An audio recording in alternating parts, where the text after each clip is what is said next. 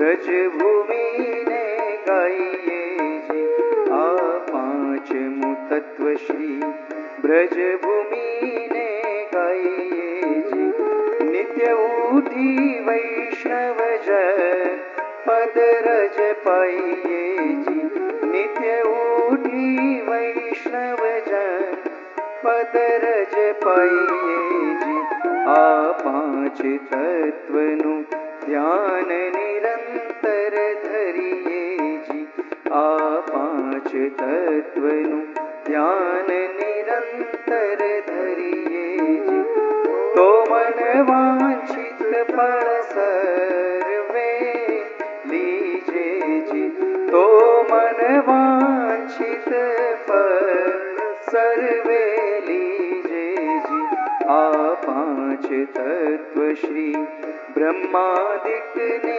दुर्लभ जी आ पांच तत्व श्री ब्रह्मादिक ने दुर्लभ जी श्री वल्लभ प्रभु प्रगट प्रमाण कर्या सर्वे सुलभ जी श्री वल्लभ प्रभु प्रगट प्रमाण कर्या सर्वे सुलभ जी ए शोभा जोई हरिदास जय बलिहारी जी ए शोभा जोई हरिदास जय बलिहारी जी हे लीला गाजो नित्य नर ने नारी जी हे लीला गाजो नित्य नर ने नारी जी आ पुष्टि मार्ग ना पांच तत्व नित्य गाइए जी आ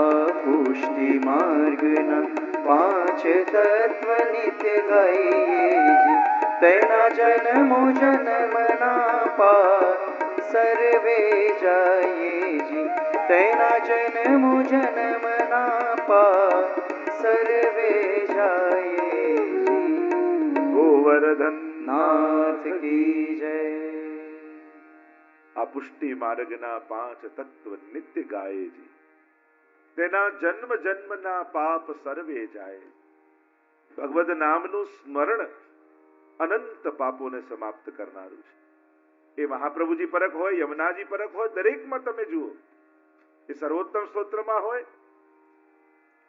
अखिल ऋत अखिल पाप समस्त पाप समाप्त करनारा महाप्रभुजीना नाम छे सर्वोत्तम स्तोत्रमां कह्युं यमनाष्टक में जोवा जाओ समस्त दुरित क्षयो भवति वै मुकुंदे रति समस्त पाप निर्मूल करनारा यमुनाजी छे एम आ पांचे तत्वो एवा छे पारसमणिनो स्पर्श लोढ़ाने सुवर्ण बनावी दे एमज आ भगवद नामनो स्पर्श लौकिक आवेशने समाप्त करी अलौकिकतानो आवेश करे छे लौकिकने छोड़વું कठिन छे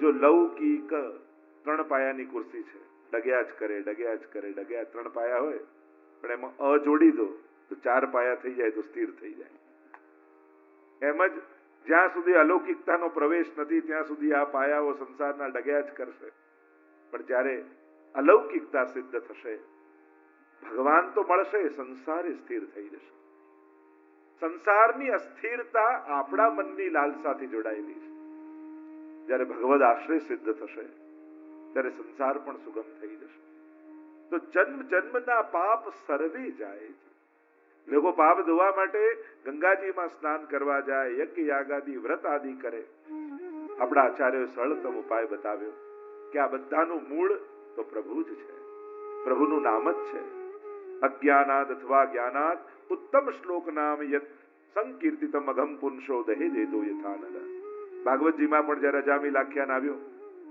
ત્યારે ત્યાં પાર્ષદો સમજાવે છે જ્યારે યમદૂતો કહે કે આ તો પાપી છે અજામિલ આણે તો ઘણા પાપ કર્યા છે પાર્ષદો કહે પણ છેલ્લી ઘડીએ ભગવાનનું નામ લીધું છે આવો પાપી હોવા છતાં એણે તો દીકરાને મોહવશ થઈને નામ લીધું હતું છતાં એના પાપ ગયા પાર્ષદો સમજાવે છે કે ભગવાનનું નામ તો અગ્નિ જેવું છે અગ્નિમાં જાણતા લાકડું નાખો કે અજાણતા પડી જાય અગ્નિ તો એને બાળી જ નાખે છે ભાય કુભાય અનક આલસ હો કોઈ પણ રીતે લીધેલું ભગવદ નામ ક્યારે પણ નકામું જતું નથી અરે કોઈ આવીને તમને જય શ્રી કૃષ્ણ કરી જાય ને ભૂલથી, યા સહજમાં વ્યવહાર કરવા માટે જય શ્રી કૃષ્ણ બોલો ને, તો એ તમારું બોલેલું જય શ્રી કૃષ્ણ પણ નકામું નથી જતું, ભલે વ્યવહાર ખાતર બોલ્યું હોય.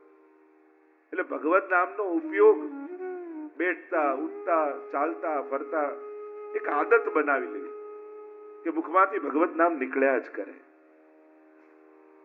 કારણ કે મન લાગે ને મન પરોવીને કરીશું, આવું જો વિચારવા જાઓ, અરે ઠાકોરજીની સામે મંદિરમાં બેઠા હોઈએ તોય મન ઠાકોરજીમાં નથી હોતું, તો છેલ્લી ઘડીએ હોસ્પિટલના ખાટલામાં હોઈએ, બાટલા ચડતા હોય, આજુબાજુ ડોક્ટર નર્સ ઉભા હોય, ત્યારે ભરોસો ખરો કે ભગવાનનું નામ યાદ આવશે. પણ જો આદત પડેલી હશે ને, અને ક્યાંક ઇન્જેક્શન માર્યું તોય હે હરી કરીને શબ્દ નીકળી જશે, હે શ્રી વલ્લભ, હે શ્રી ગોકુલનાથ, હે શ્રી ઠાકોરજી. એટલે પ્રભુનું નામ બહુ એટેન્શન આપીને લેવાની, થવું બરાબર, કરવું જ જોઈએ, પણ આદત પાડી દો કે મુખમાંથી નીકળતું જ રહે, બેઠતા, ઉઠતા, વાગતા, ચાલતા, ફરતા, ખાતા ભગવત નામ નીકળતું જ રહેવું જોઈએ. કારણ કે આ મનનો ભરોસો નથી, એ તો છેલ્લી ઘડીએ સાથ મૂકી દેવું છે. આપણે લાગશે પ્રભુમાં લાગશે લાગશે લાગશે, ક્યાંક છેલ્લી ઘડીએ એ કોઈ બીજે રસ્તે જતું રહ્યું તો, કોઈ બીજામાં જતું રહ્યું તો, આપણો જન્મ મરણના ફેરાઓ આપણે તો ચક્કર વધી જાય. એટલે મનના ભરોસે પણ ભગવત નામ ન રાખો, એને આદત પાડી કે મુખમાંથી નીકળતું જ રહે ગમે તે પ્રસંગે. આદત ઘણા વડીલોને નથી હોતી, એમ ઊભા થાય તો હે શ્રી વલ્લભ, હે ઠાકોરજી, બેસે તો આ ઘૂંટણનો દુખાવો એ કામ લાગી જાય. બેસતા ઉઠતા ભગવત નામ તો નીકળે છે, ત્યારે આભાર માનું કે જો આ દુખે છે તો મુખમાંથી નામ નીકળે છે. જેને રડવું જ છે એના માટે 100 રસ્તા છે, પણ જેને આનંદમાં જ રહેવું છે એના માટે એક જ ચાવી છે, પ્રભુના નામનો આશ્રય. બાકી તો સંસારમાં રડવાના 100 રસ્તાઓ છે. જેને રડતા જ રહેવું છે એને તો ગમે તેટલા સારા સંજોગો મળે તો એ દુઃખ જ ગોતી લેવાનું છે. પણ જેને આત્મોદ્ધાર જ કરવો છે, જેને ભક્તિ જ કરવી છે, જેને ભગવાનના થઈને જીવવું છે, એને તો બસ એક ભગવત નામને પકડી રાખવું. કલયુગ કેવલ નામ આધાર. ભલે આકાશમાં પતંગ હોય પણ દોરી આપણા હાથમાં હોય ને આપણે શું કહીએ, પતંગ મારા હાથમાં છે, પતંગ તો આકાશમાં હોય છે, તો દોરી હાથમાં હોય તો પતંગ આપણા જ હાથમાં કહેવાય. એમ પ્રભુ ભલે ને ગોલોકમાં બિરાજતા હોય પણ એનું નામ આપણા હાથમાં છે ને, તો ઠાકોરજી આપણા હાથમાં જ કહેવાય. નામ એની ડોરી છે, એના સ્વરૂપને પકડવાની. એ ડોરથી બંધાઈને દોડીને આવે છે. તો જન્મ જન્મના પાપ સર્વે જાય. શ્રીજી શ્રી નવનીત પ્રિયા સુખકારીજી, સમરો શ્રી મથુરા નાથ કુંજ બિહારીજી, શ્રી વિઠ્ઠલેશ્વરાય, શ્રી દ્વારકેશ્વરાય, શ્રી વિઠ્ઠલેશ્વરાય ગિરધારીજી, શ્રી ગોકુલ ચંદ્રમાજી, શ્રી મદન મોહન પરવારીજી. એમ 7 એટલે નવનિધિ સ્વરૂપની ભાવનાનું દર્શન ગઈકાલે આપણે કર્યું. નિકુંજ નાયક શ્રીનાથજીથી પ્રારંભ કરી 7 સ્વરૂપ જે 7 લાલજીના માથે શ્રી ગુસાઈજી પ્રભુ ચરણે પધરાવ્યા, અને નવનીત પ્રિયાજી તો મહાપ્રભુજીના સેવ્ય સ્વરૂપ ગજ્જન ધાવનના માથે બિરાજેલા. આમ 7 સ્વરૂપની ભિન્ન ભિન્ન ભાવનાઓ છે. તો આ અષ્ટયામના સમયમાં એક એક સ્વરૂપની મુખ્ય સેવા છે. નવનીત પ્રિયાજીથી લઈને 7 સ્વરૂપ. આ અષ્ટ સખાઓ પણ એક સમયના કીર્તનની સેવા કરે છે.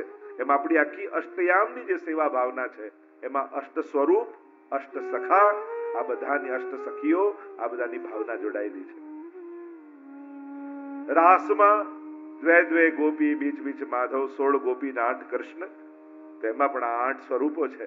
નિકુંજ નાયક શ્રીનાથજી તો મધ્યમાં બિરાજે જ છે, અને 2 ગોપીઓ એટલે સ્વકીયા અને પરકીયા જે ભાવ આપણે ત્યાં કયા છે એ રીતે આખું રાસ મંડળ બને છે.